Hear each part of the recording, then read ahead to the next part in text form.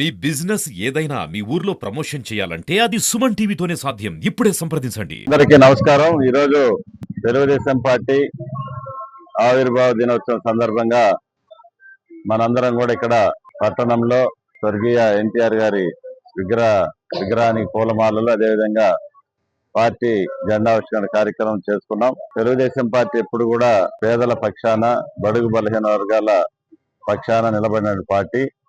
కీర్తిశేషులు స్వర్గీయ ఎన్టీఆర్ గారు తెలుగుదేశం పార్టీని పేదవారి కోసం స్థాపించినటువంటి పార్టీ ఇది. అప్పుడు ఆయన పార్టీ ఓల్డ్ ఎమ్మెల్యే కోసం పెట్టే రోజు కూడా ఒక మాట అన్నాడు. ఆయన పేదవాడి చెమట్లో నుంచి పుట్టినటువంటి పార్టీ తెలుగుదేశం పార్టీ అన్నారు.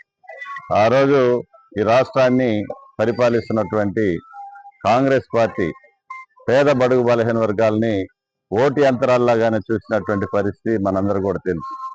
ఆ యొక్క నాగరికతనే, ఆ చరిత్రని రూపుమాపాలని మరి ఎన్టీ రామారావు గారు పేద బడుగు బలహీన వర్గాల సంక్షేమం కోసం, గ్రామాల అభివృద్ధి కోసం, మరి అనగదొక్కబడుతున్నటువంటి పేద బడుగు బలహీన వర్గాల కోసం ఆ రోజు తెలుగుదేశం పార్టీని స్థాపించి మామూలు మనుషులు కూడా ఈ రాష్ట్రంలో ఎమ్మెల్యేలని, మరి మంత్రుల్ని, ఎంపీలను చేసినటువంటి చరిత్ర.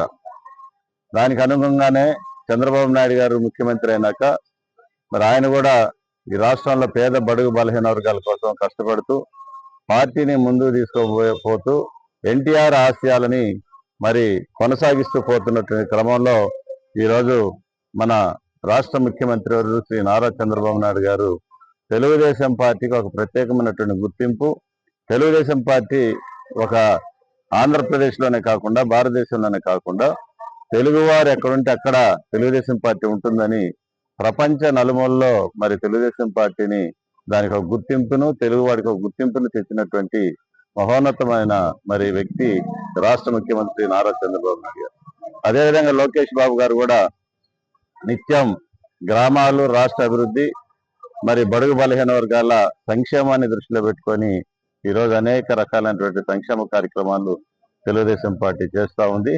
దీన్ని మనం అందరం కూడా చిత్తశుద్ధితోటి కొనసాగించాల్సిన అవసరం ఎంతైనా ఉందని చెప్పి తెలియజేసుకుంటూ, పార్టీ వ్యవస్థాపక దినోత్సవం రోజున మనం అందరం కూడా మరి కలిసిమెలిసి భవిష్యత్తులో కూడా పార్టీని ఈ నియోజకవర్గంలో ముందుకు తీసుకొని పోవాల్సిన అవసరం ఎంతైనా ఉందని చెప్పి తెలియజేసుకుంటూ సెలవు తీసుకుంటాం. జై హింద్.